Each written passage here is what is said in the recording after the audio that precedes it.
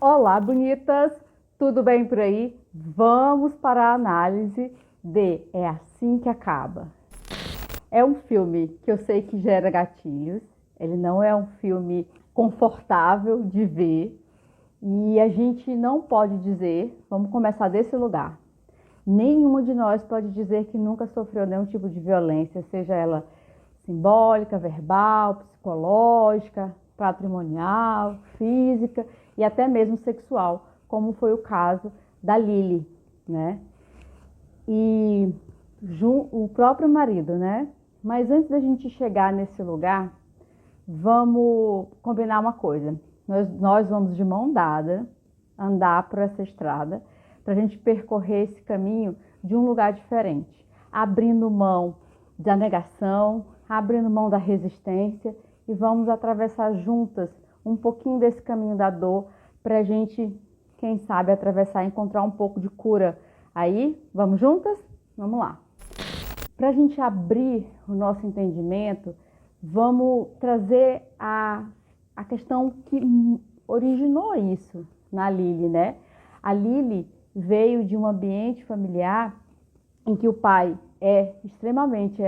era extremamente autoritário, a mãe ficou muito calada e se isolou dentro disso, não tendo força para se posicionar nesse lugar. E a filha foi vendo isso e a mãe fazia de conta que nada estava acontecendo e essa violência ficava gritando no ar daquela casa e ninguém falava nada sobre. Foi só todo mundo passando por cima daquilo. E aí o que aconteceu com a Lily? A Lily se tornou uma pessoa que é casada com as dores da mãe, excluindo o pai. Gente, eu estou conversando com adultas, tá?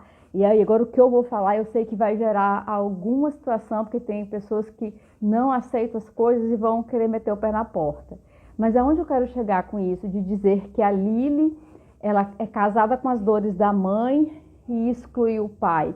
E tudo que a gente exclui, a gente fica presa daquilo. E tudo que a gente liberta, que é o amor que consegue libertar, a gente fica livre. E como a Lily excluía o pai, e o pai é essa pessoa violenta e autoritária, ela de forma inconsciente, ela atraía esse tipo de homem para a vida dela igual ao pai. E eu não estou dizendo aqui que essa mulher não foi vítima, tá? Dessa situação, ela foi. Só que dentro da história dela, ela de forma inconsciente, por excluir esse pai, atraía, né, homens parecidos com esse pai de forma inconsciente. Porque olha a forma como eles se conheceram lá no topo do prédio que ele morava e ele já chegou chutando cadeira na maior violência. Não é normal, né, gente? A gente se deparar com esse tipo de coisa. E aí algumas pessoas vão dizer, mas é porque ele achava que estava sozinho.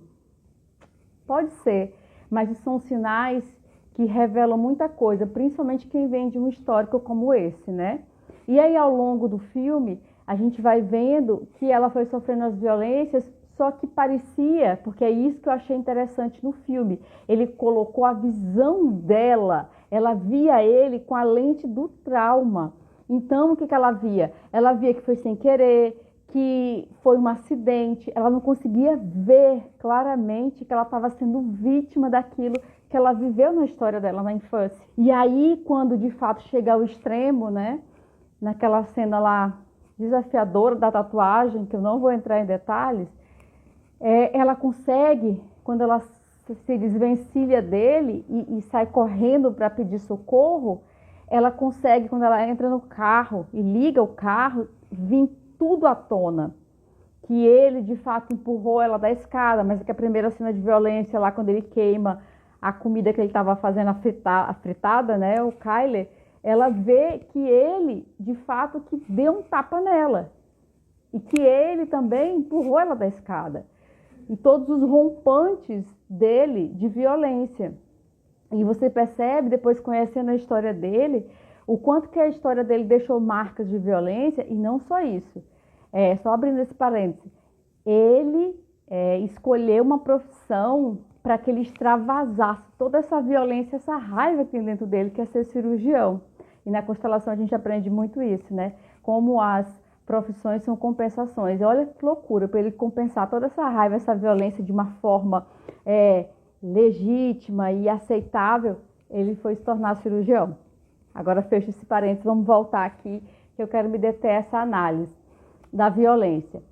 E aí, quando ela consegue de fato estar disposta a ver pelo preço que custa ela, que ela estava sofrendo violência, reproduzindo a mesmíssima história da mãe, porque estava casada com as dores da mãe e excluindo o pai, ela se encontra com Atlas, que foi um amor assim genuíno e que também os dois se resgataram ali na adolescência de situações difíceis, né?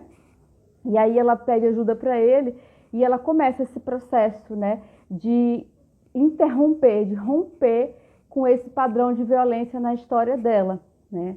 Ajudada por ele quando ele fala que graças ao que ela fez com ele lá na adolescência, ele tinha desistido, né, de tirar a própria vida.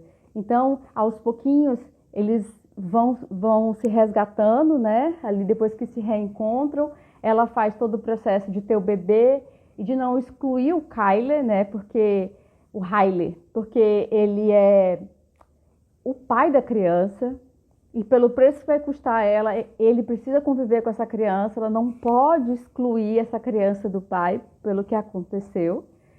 E ela vai construindo isso, né? E amando ainda ele, porque a gente vê nas cenas ali ela no conflito de pensar nas coisas boas, mas tentando fazer com que as coisas que não foram boas, ela tenha força para se movimentar nisso, né? Aí ela pede o divórcio e ela fala, é assim que acaba e ponto. E quando ela diz, não é por mim e nem por você, é por ela.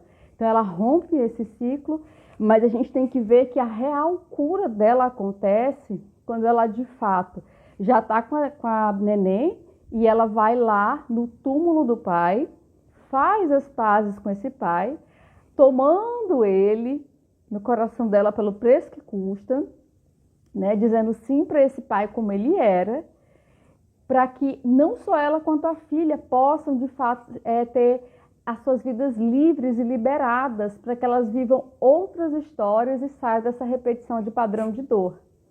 E ali eu quero chamar a atenção para uma coisa que me veio agora. Eu estou fazendo essa análise no fluxo. A gente, quando está trabalhando feminino ferido, eu trabalho muito com as minhas alunas o conto do Barba Azul, porque o Barba Azul, ele é aquele abusador que é fora, que eu sei que alguns de vocês aqui conhecem, ele é fora. Mas o Barba Azul fora só aparece, que é o Riley, que é o Barba Azul, ele só aparece porque dentro de nós tem um predador. Dentro de nós, algo internalizado acha que nós merecemos aquilo.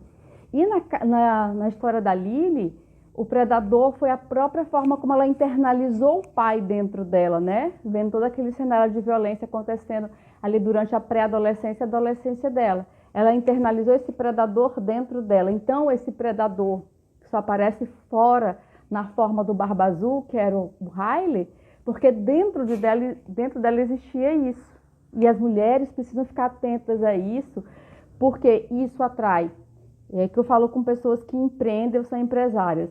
Elas atraem clientes abusadores, elas atraem fornecedores abusadores, elas atraem sócios abusadores ou sócias. Então, você tem que olhar para a sua história e entender que os Barba Azuis, que são esse aspecto abusador fora, se ele aparece fora, o que dentro de você está negando e não quer ver? O que dentro de você precisa ser curado para que você veja e pelo preço que te custa, você sinta toda essa dor, chore, rompa com esses padrões e fique de fato livre para não atrair mais essas relações abusivas e esses abusadores ou abusadoras na sua vida. Eu espero que essa análise faça muito sentido para você, que você olhe para a sua história e perceba qual foi a cena do filme que te tocou mais, que te fez chorar, que acionou algo em você que você não queria ver. Aí está o caminho para a tua cura. Um beijo e até mais.